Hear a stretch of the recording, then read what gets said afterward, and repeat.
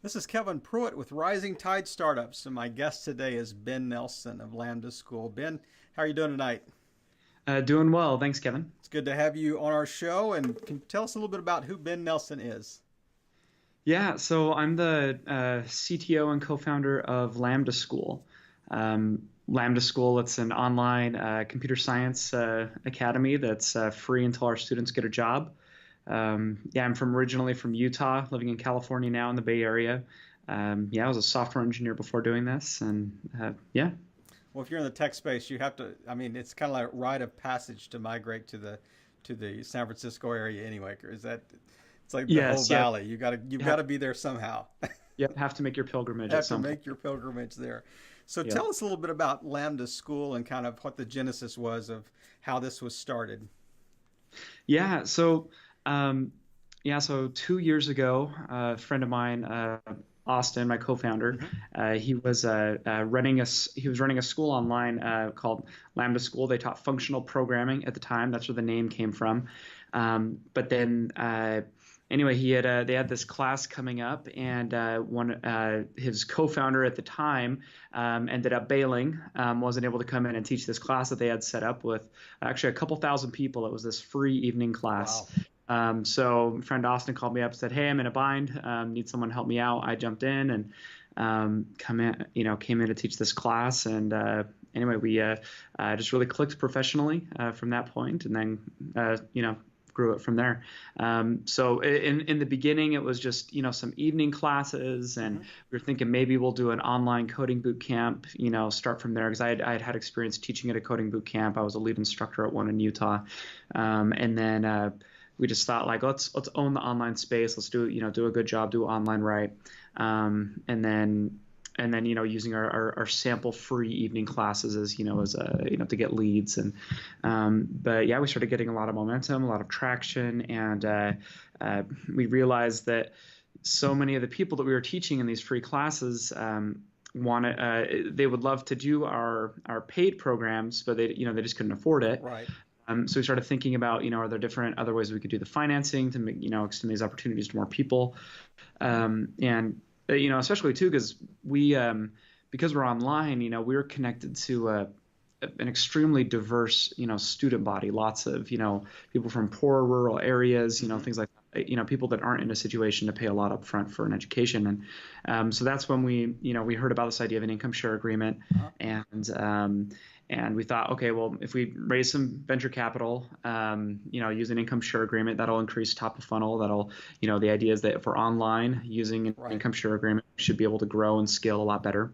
And that was the premise that we applied to Y Combinator with. And then, in the last 2 years, it's just been a whirlwind of proving out the different pieces of the model. And things are going really well. Our students are doing well. We have over 400 students now, and a bunch of teachers, 5 different classes. Well, actually, seven if we're including part-time classes. But yeah, it's doing really well.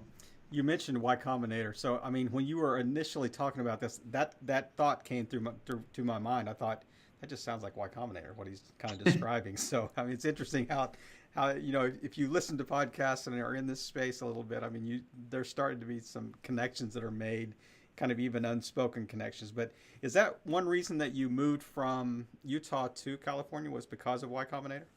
Yep. Yeah. Before that, I was in Utah. My co-founder was in California, and it was an online school, so we could work from anywhere. But then, yeah, with Y Combinator, that's what got us to come here. And actually, because our student body is all online, we've decided to double down and really like have a remote company and make sure that we need to be able to understand how to operate a company effectively remotely in order to effectively manage a large student body Right. remotely. Wow. So we're about 40 employees now, and most of them we only have like 4 or 5 here in the Bay Area. Most of them are remote. Now, are these primarily instructors that you are hiring? Because, I mean, it sounds like to me the basic premise is, well, you know what? I would rather you explain the basic premise than me try to explain it. So, Sure. Yeah. explain the school? We're in an elevator. We're on floor number one. We're headed to floor number 10. Kind of give me your elevator pitch of this is what Lambda School is all about. Great. So we started started as a coding boot camp, Hmm. then worked backwards. There's a lot of coding there's just you can't quite get all the way educationally speaking, like in a boot camp setting. So we thought, okay, let's create a school that's kind of in between a boot camp and a university degree. So Lambda School is 30 weeks long. It's full stack web development. That was our first class. We go into CS fundamentals, so computer architecture, data science, C, all of that, in addition to full stack JavaScript, Python, and we teach a lot of Ruby on Rails, that type of um, thing. we don't do any Ruby, but yeah, it's full stack web Mm-hmm. dev, and then we just go a lot deeper than a normal boot camp's able to go. Mm-hmm. And then it's an income share agreement, so our students, they don't pay until they get a job making at least $50,000 a year. Then at that point they pay us back. Are there other businesses set up on this similar model that you are aware of? Is that where you got the idea, or was this original? We had at the time we had seen some that it's not original. It's been tried in different iterations actually for about I think like 60 years ago. There were some universities that were trying it. Some different economists were pushing this idea, but it never really stuck. And there were some different boot camps that were doing some like deferred tuition things or tuition guarantees, things like that were kind of halfway there. But yeah, I think it's Purdue that started using an income share agreement recently, and so then that sparked the idea, and that's what we came from. So now there are a few other on-site coding boot camps that do it, none that are online. Right. Yeah. So on an online program, when you have a cohort or a classroom or whatever, are they meeting together at the same time, or are they kind of doing their work at their own pace type thing, or they have deadlines, or how does that work functionally for students that are taking an online course? Yeah. So in the very beginning, when we raised money, that one of the big questions, that people, what the big question we were wondering about, like, is this going to kill us or not? Is will people stay in the class if they're not if they didn't pay up front? And so that was the first question we had to set out to prove that we could keep people in class and that we could make it work.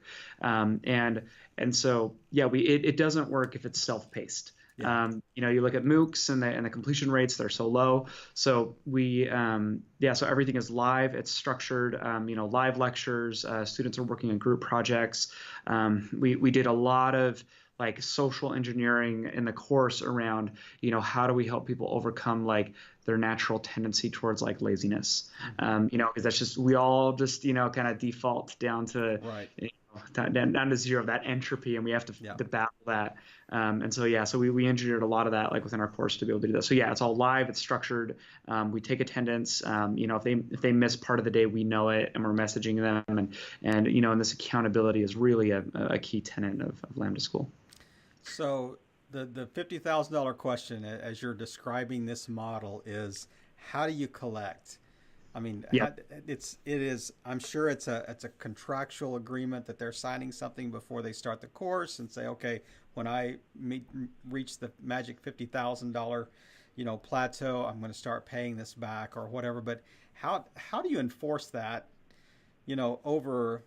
I mean, in our best efforts, there will be people that are trying to, wriggle their way out of these agreements and things like that. I mean, how do you do this on an online, broad-based, geographically diverse, basis?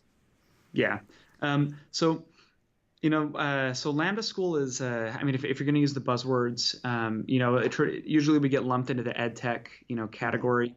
But we're also kind of in the fintech category. Yeah. And the way that we approached this was really from a financial institution's perspective. So will there be default rate? Yes. And so it's, there's a portfolio theory around that, and an acceptable level of default. Sure. But yeah, as far as enforcement mechanisms are concerned, the students, they sign an agreement. I forget the specific name of the form, but essentially we get CC'd on their taxes. And so then we're able to verify that they honestly reported the amount of their income, and if they don't, it's just like any other loan if they defaulted on it, So, here's their credit, and there's a bunch of different enforcement mechanisms after. I mean, Uncle Guido comes in and cracks their kneecaps and stuff like that. We have ways to find you. We will. I mean, obviously, I would think kind of like student loans. I mean, I would think the default rate would be fairly low. in the Yeah. greater scheme of things. I mean, people that have gone through this and have gotten jobs as a result of this, I would think they would be happy to almost pay back, some of the thing that kind of the thing that helped propel them into this new career. Yeah, exactly. And like, there's there's brand risk associated with some of the different enforcement mechanisms, so it's still an ongoing experiment, and we intend to, focus on the students and make sure they're happy. But yeah, I mean, our average, the average delta in like, pre-Lambda school salary and post-Lambda school salary it fluctuates around like 45,000. Wow. And so, for a lot of these people, they're coming from minimum wage jobs, or no job, and, Right. and now they're making, $80,000 in Tennessee or something like that, where the, Yeah. cost of living is really low. And so now it's like, they feel very, very grateful. And yeah, there will be some default, and we'll see how it goes out. We're still young, and so it takes time for us to get that data in and analyze it and look at it. But so far it's been positive.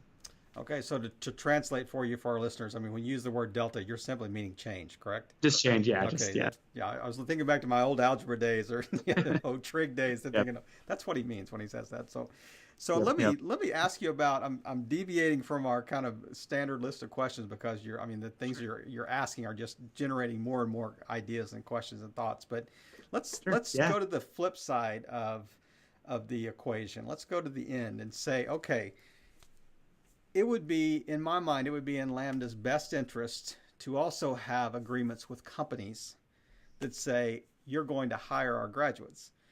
Do you have that as well? Do you have some companies that have said, hey, you guys are really producing quality people, and we'll give them jobs, and then they may even help with the enforcement of the repayment type thing. Maybe it's part of an employee benefit type thing or something like that. I mean, have you developed to that stage yet with your company? Yeah, so we've begun growing out a business development team that actively, seeks out companies, and we get a lot of inbound interest too.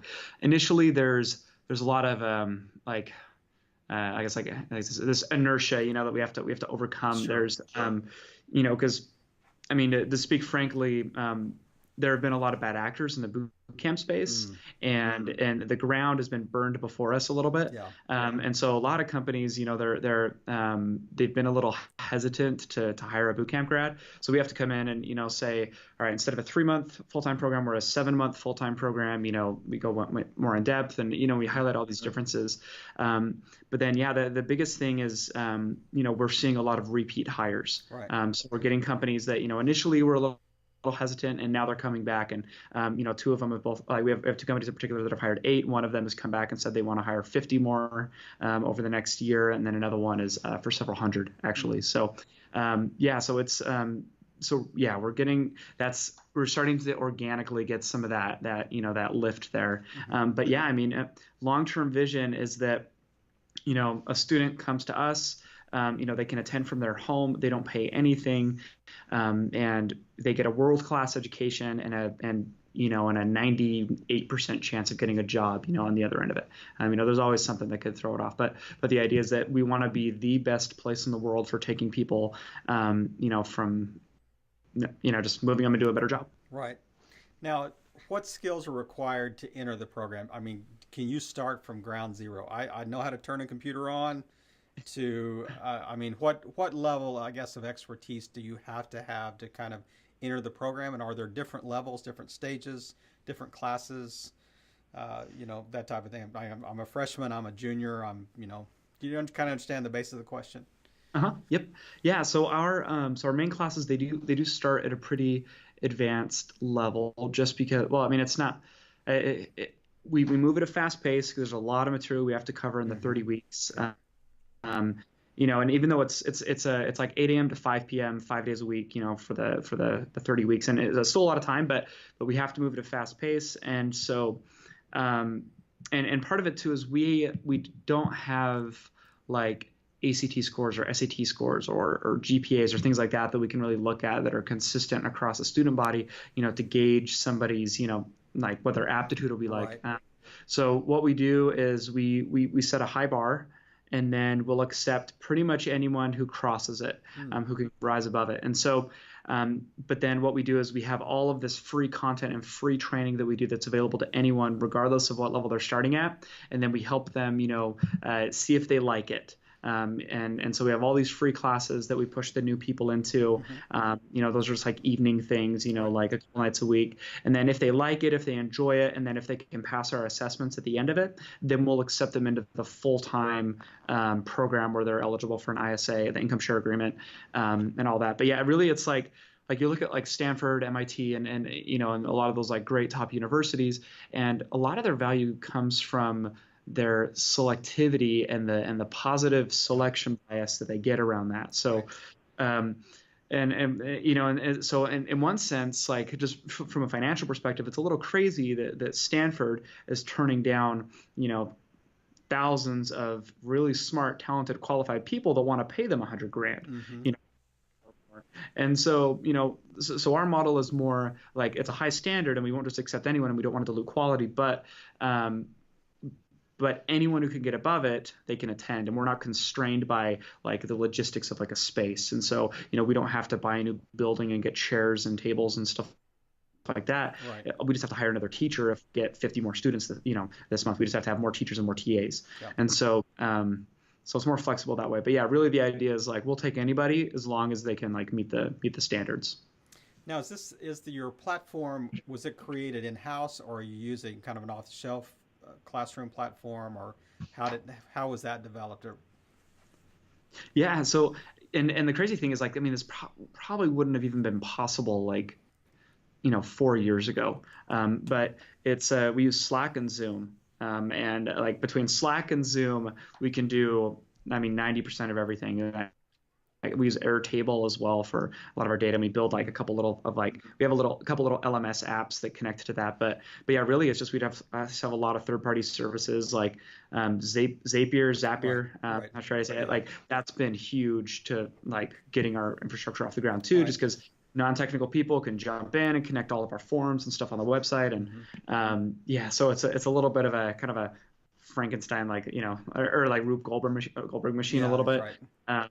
But now we're building out an engineering team and starting to, build out more of a custom API, things like that. So I'm assuming with Zoom, you kind of got the enterprise edition, and it will allow up to 200 or 300 or people, whatever the number is that the magic number of people to attend, even like, it's almost like a webinar. It's like how many people can be on a webinar. But as you were kind of describing the school, I was listening to a podcast probably 6 months ago that is, and I'm trying to get the name right. Was it called Unschool?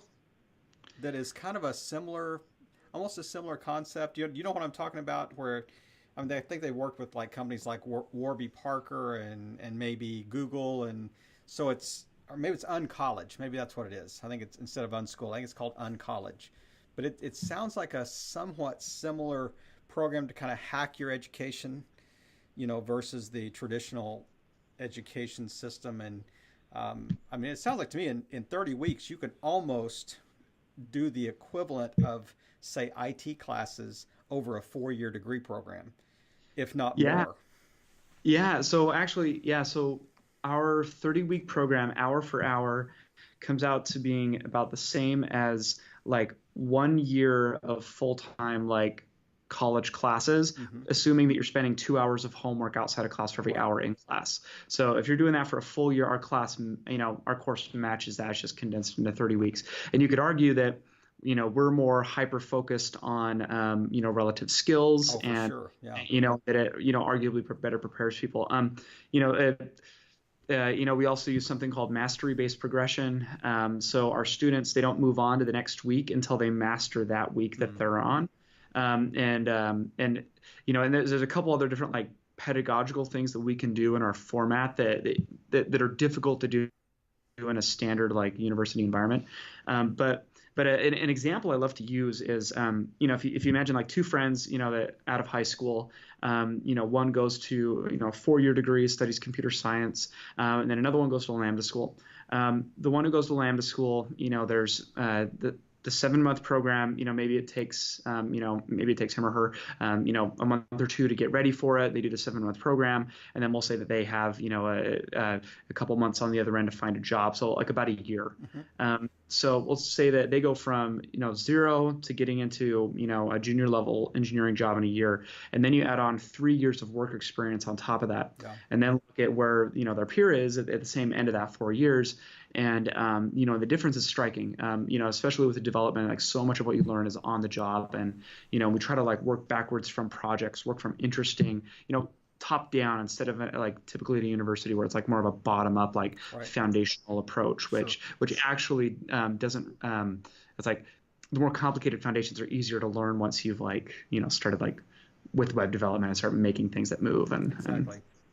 Yep. so So the basic premise is, so when you reach $50,000 a year or whatever, is it a percentage of your salary that you're paying back, and is it over a certain period of time, or is it a flat fee, or how's the fee structure? Because I mean, if I'm making 150,000 versus 50,000, I would think it would be a lot easier for me to pay it back, with the yeah job that had 150,000. So what's the basic structure with the agreement?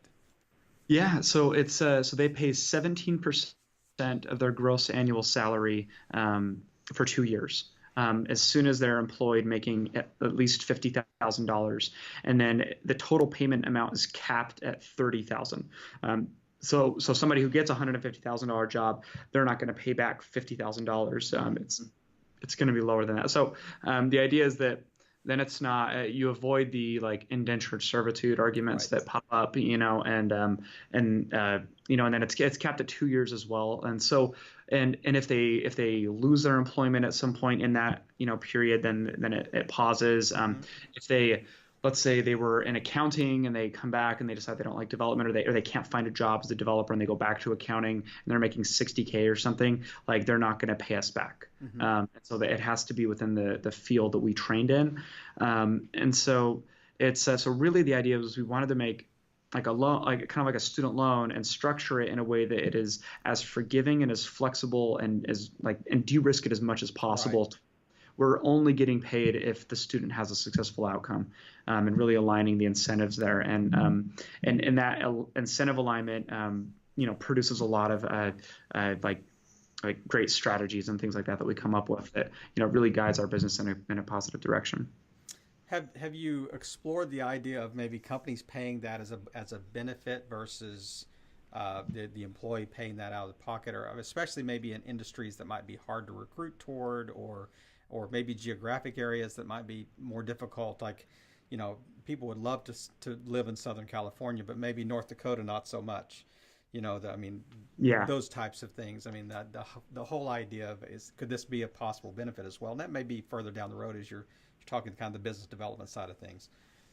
Yeah, that's an idea we've thrown around. I mean, something that could be interesting too is, like companies that sponsor people to go through the course, and they pay their tuition, like the company's paying like the tuition back, just like how a lot, some companies will pay back, student loans as a benefit. And, and I think a lot of that comes down to, if Lambda school grads are high quality, with our mastery-based progression system, it's nice because nobody finishes now unless we can put our stamp of approval and say this person knows these 350 things and they've mastered them all.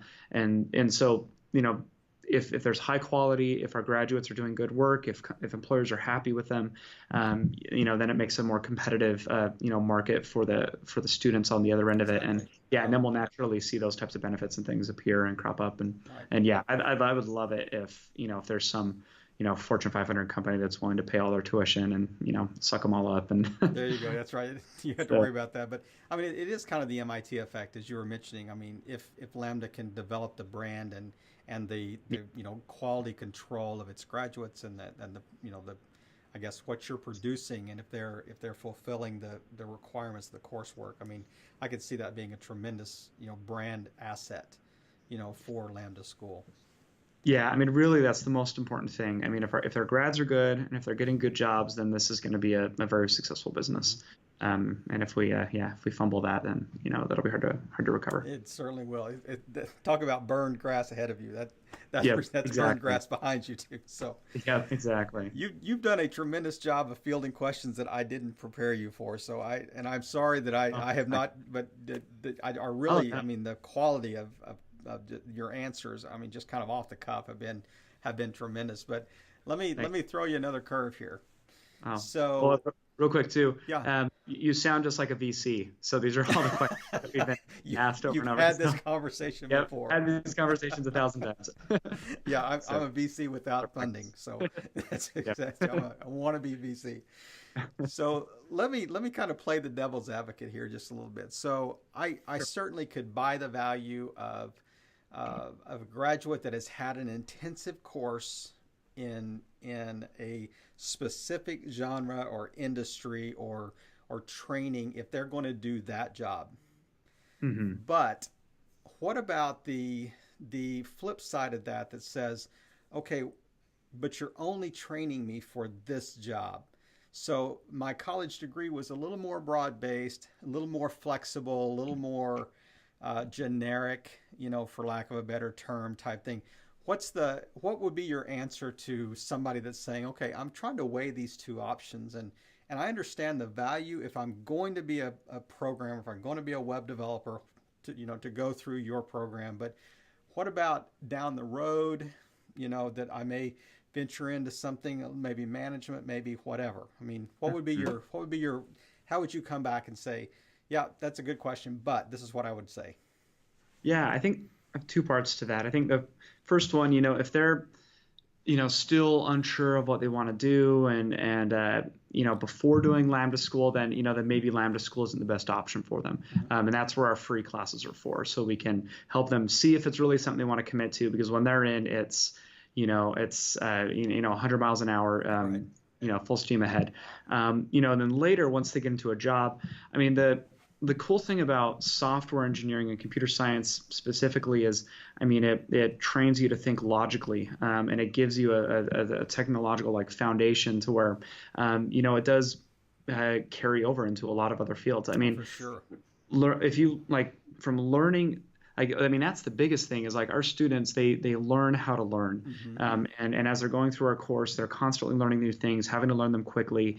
And when they come out of it, they're capable of, they hear about a new technology, they can go and they can pick it up quick. If they want to pick up a new language, they can go pick that up quick. They've been working with teammates in an intense, high stress environment. We provide leadership coaching and things like that with the students. And so, it is focused in technology, but there are a lot of secondary skills that are developed Yeah. through that journey that do give you some flexibility. I mean, just completing the course itself is an accomplishment in itself. I mean, just the fact that you've had the perseverance to stick with something to see it through, and I mean, my friend, I appreciate your answer because that is well rehearsed, because I'm sure you've been asked questions similar to this, but I can just picture you sitting across the table from a VC or angel investor, and you're going, "Yep, thanks. That's a great question, but however, yeah, we've had that before, and here's how we would respond to that." So let me dive down Thanks. a little deeper with you and just talk about Sure. kind of your journey specifically with kind of getting this off the ground with your co-founder. What would I'm kind of getting back to the questions now here, but Yeah. what would you say would be maybe the one or two biggest and most common obstacles or pain points that you deal with that maybe even our listeners that have started other ventures, from a solo startup to multi-million dollar ventures, that could maybe speak into that as well, and get them involved on a proactive basis. So what would you say would kind of Yeah. be your top two pain points? Top two pain points. Do you mean like specifically within the business, or more just kind of in general, like going through the startup and Well, with your business, like that you experienced, that you said, okay, we really couldn't. I don't want to put words in your mouth or lead you. I don't want to lead the witness here, oh but sure, yeah, like, yeah, we really struggled with time management when we first got started, or gotcha. we really struggled with, how to develop team members cohesively, with a company culture type thing. I mean, do Gotcha. one or two things really stick out about, this one we Yeah. kept butting our heads against? Focus. So, and what I mean by focus is there are a lot of interesting ways to make money Yeah. with this platform that we're developing. We are constantly getting emails from different schools that ask us about different kinds of partnerships, Mm. or some VC that we know will come and say, hey, have you guys considered about trying this? Mm-hmm. Or Like there's so many different things we can try to do that like really and like my co-founder and I are both pretty like imaginative, creative, Uh-huh. like more of that like personality type. And so that's something that we've had to learn to pull back on and say like no, like we're going to say no for now to like all these other opportunities, and we need to laser focus and make sure that our core product is is serviceable and that it's working, and make sure that we have revenue and that we have a good business before we start experimenting with all these other things. And Right. like those other things are good and we need to do them at some point, but like we can't get distracted. um Would you say that's kind of the shiny object syndrome, yeah, the absolutely. squirrel, you know? Squirrel. Yep. That's right. Yep. Yeah, and like something that's really helped is we have a friend that's been sitting down with us and really like, writing down. I mean, this is, getting into the, kind of the MBA cliches, but like, really defining and actually writing it down, like, our vision and mission and Hmm. values, and then, defining what are our core strategies, and Right. then defining initiatives off of that, and, and defining our objectives and key results for the quarter, and just like getting it down to like this more, like this, traditional management type structure. Like, Sure. um, and doing that has really helped us focus and realize just how much work actually needs to happen for us to make this core product as successful as we intend it to be. Um, Did you do yeah. that based on kind of the almost the lean startup or an MVP mentality, kind of minimum viable product type thing? Did you, I mean, as you were starting them, that to me that's almost that the rails that you need to have in place, or the blinders, I guess, that to have tunnel vision and focus on what are we trying to create, and let's do it really well, kind of ideate and test and manipulate this particular initial product or vision to really prove the concept, and then we can expand out beyond that. Or is that kind of Yeah. the approach? Yeah. I mean, honestly, one of the most valuable decisions that we've made in this company that has just impacted it so much is that in the beginning we decided that we were going to start a new class um, every month. Mm-hmm. And so this was aggressive and ambitious, and there were a lot of long nights, like hiring and getting the structure in place. But by starting a new class every month, so they're all overlapping, what this did is that it made it so we could learn, iterate, adapt, change the curriculum, change the Yeah. structure. And it got a little frustrating for a couple of our first classes. The students are like, wow, like 3 months ago we were doing a completely different thing, and Yeah. and we had to work closely with the students and help them have a positive experience there. But now things are pretty stable, and now if Mm-hmm. there's any, the ship is bigger, and so it takes a lot more energy to move it, Right. but it's going in a really good direction now, and it's because we were able to get 7 or 8 classes pumping through, and gained a ton of knowledge and figured out how to operate it, and now we can breathe, and now things are going really well, and we have answers to most of those questions. Exactly. But yeah, so it's yeah, I mean, that's another like core like value of our company has really been this idea around like experimentation, and constantly experimenting, and trying new things, and I mean still focused, but like experimenting around the Sure. your focus direction, and and just always striving to improve the quality. And I mean that's pretty standard stuff, but that's really made a big difference for us. I mean, it seems like that too. When you had multiple classes running, that your feedback was more credible too. I mean, you kind of had this. You reached this critical mass of feedback that said, this really is statistically is significant. To kind of look at some of these things, these trends that we're developing. You didn't just have 4 students; you had 400 students. Versus that type of thing. So, what would be another thing that you think would be a pain point, other than the idea of just kind of focusing and trying to stay laser focused on that main idea? What would be another thing that you encountered on a fairly frequent basis? Yeah, so that's been a big one. Another one, I think. I mean, we're a remote company, Mm-hmm. and so something that has been difficult initially. And fortunately, I worked remotely as a software engineer for a few years before coming into this, so had some experience operating in that environment. But communication, making sure that that we are over communicating, because it's easy for someone to get left out of a conversation and they Right. miss out on a piece of important information. And formal documentation, things like that are so important. and I mean, That's why another. Slack's important. Yeah, yep. Like record keeping, yeah, detailed record keeping, especially in a remote environment. And that's something that we were a little loose on. And it was funny. We bring in our VP of finance and we start to grow and become more professional and go back and trying to dig up documents and find stuff from, back when we were first getting started, and there's things we're missing. And like, we just had a big thing this week where we're trying to find, like tax identification information and stuff from some paperwork that we did like 2 years ago. So that's been something that, as we're scaling, we need to figure out and get more organized. And it's in a good spot now, but those have been things that have been challenging. Just typical growing pains of a tech startup. Yep. A fast-growing tech startup, obviously.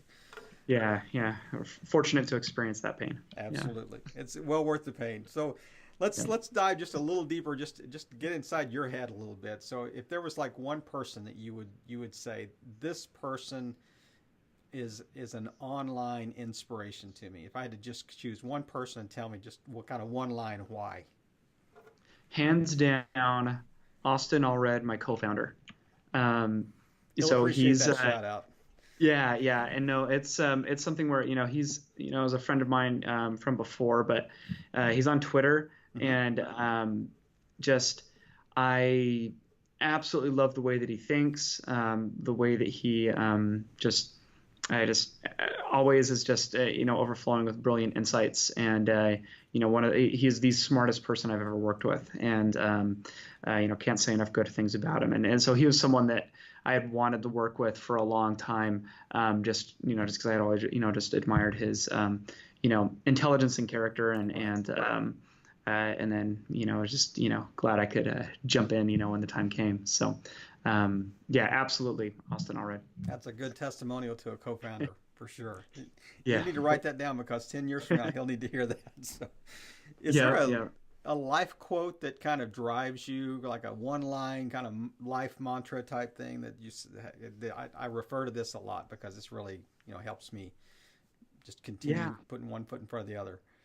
Yeah. So this one, you had mentioned this before, that that this might be a question that you'd ask me, and I had been thinking about this for a few weeks now, and just trying to think of which quote and which one is, and the one that I had a list of them, and the one that stood out to me the most is it's less the specific wording, but the idea that one of these days you're going to pick up your child for the last time and not know it, and that's the last time that you'll ever hold that child, because they'll be big, and that just made me realize, like, in the moment there are all these things that are going to be happening, and just not to let it pass me by, and not just be so overly focused on distant future outcomes.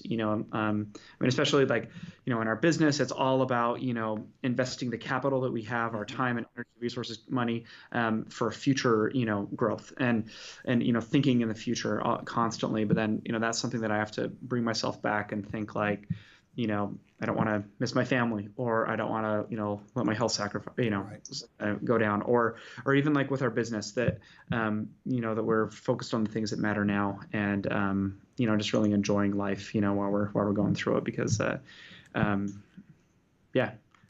life is a vapor.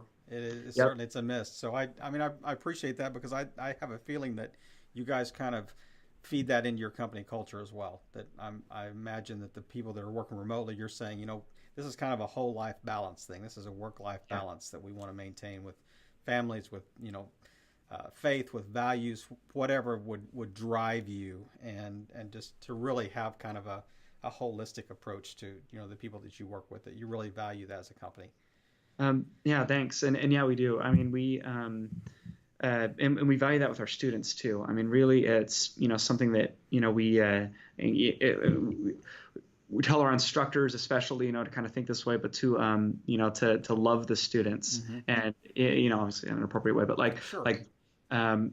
really, like, love the students, and like, love the employees, and and so, like, we do. I mean, it's the cool thing well, we were just doing actually, sorry, we were just doing some one-on-ones this last week, and a guy that I worked with in my previous job, I was able to hire him to come with me and work on the engineering team here, and we're both saying how in our last job we just never felt like really proud of what we were doing, and we weren't like I mean it was good work and Right. everything, but it wasn't like super exciting to talk about with other people, and that's something that we're really fortunate to have now. I mean, I spoke with a student a while ago who he combined family income was like 20,000 a year, and then ended up getting a development job, making it was like around 80,000 a year. Mm. So a huge shift, and he